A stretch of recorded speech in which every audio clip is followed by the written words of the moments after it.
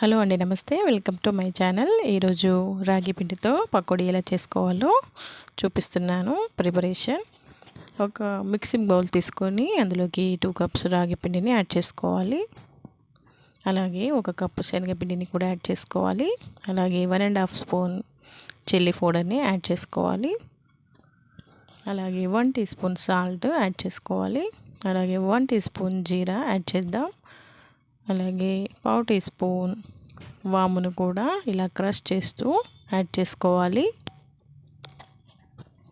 అలాగే 1 tea spoon అల్లం వెల్లుల్లి పేస్ట్, 1/2 టీ స్పూన్ బేకింగ్ సోడాను కూడా యాడ్ చేసుకోవాలి. అలాగే కొద్దిగా కరివేపాకు రెమ్మలు యాడ్ చేసుకోవాలి. అలాగే కొద్దిగా కొత్తిమీర కూడా యాడ్ చేసుకుందాం. అలాగే 2 పెద్ద సైజు ఆనియన్స్ ముక్కలు వేసుకుందాము. ఇలా మిక్స్ చేసుకుందాము పూర్తిగా.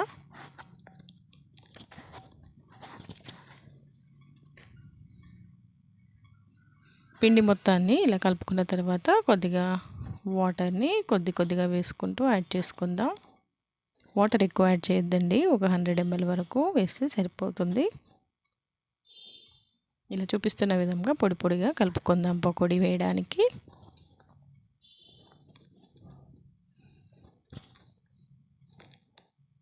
ఇలా కలుపుకున్న తర్వాత మనం స్టవ్ మీద ప్యాన్ పెట్టుకొని డీప్ ఫ్రైకి సరిపడా ఆయిల్ని వేసి హీట్ చేసుకోవాలి. ఇప్పుడు రాగి ఫ్లోర్ని కొద్దిగా తీసుకుంటూ నూనెలో వదులుగా ఇలా మొత్తం అంతా వేసుకుందాము.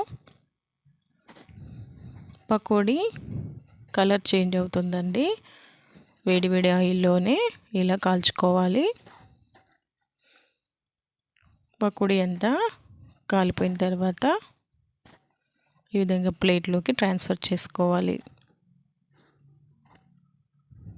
అలాగే ఇంకో రకంగా కూడా మనం పకోడీ వేసుకోవచ్చు. ఇలా కొద్దిగా తీసుకొని ప్రెస్ చేస్తూ ఉండలాగా కూడా ఆయిల్లో వదులుకుంటూ ఫ్రై చేసుకోవాలి.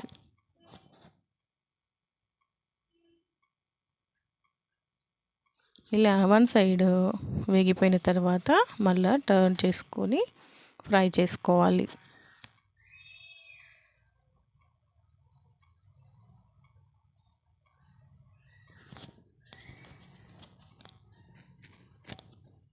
చూసారు కదా, మన పకోడీ ఫ్రై అయిపోయింది.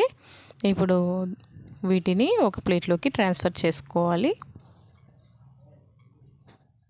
అంతే అండి, ఎంతో టేస్టీగా ఉండేటువంటి ఆరోగ్యానికి ఎంతో మంచిదైనటువంటి రాగి పకోడీ రెడీ అయింది.